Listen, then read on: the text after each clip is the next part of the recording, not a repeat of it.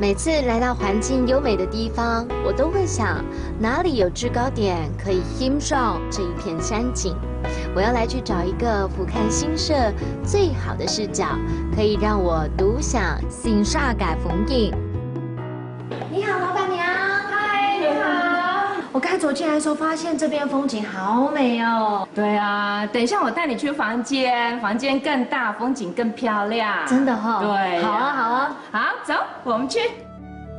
隐居在山林里的清水模建筑，望向山下那种辽阔的感觉，这里已经被我划为明珠的秘密基地了。但是老板说，竟然还有6星级的景致哦！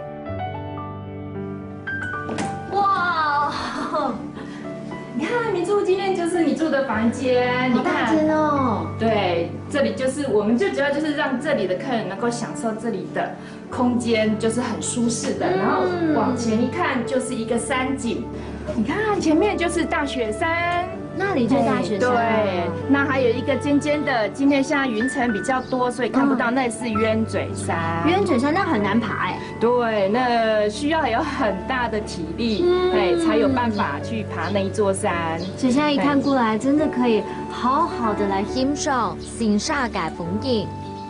因为位于深山，云雾缭繞，成了眼前烟雨山城的朦胧景致，看上去更多了几分优雅。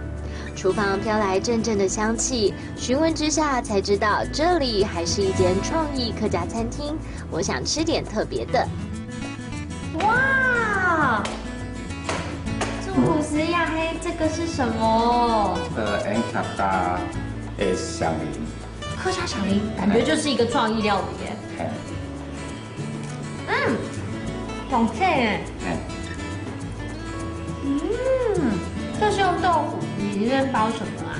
包客家的殼殼，邊啲豆豆苗，是不是还有花生粉？还有调味面。好香哦，好棒哦！难怪人家说来到这边，除了看这边云少显大的工艺以外啊，一定要吃到你这边的客家料理。观景房里欣赏嘅風景，再吃一口爽口的客家點心，这里真是让我充滿驚奇。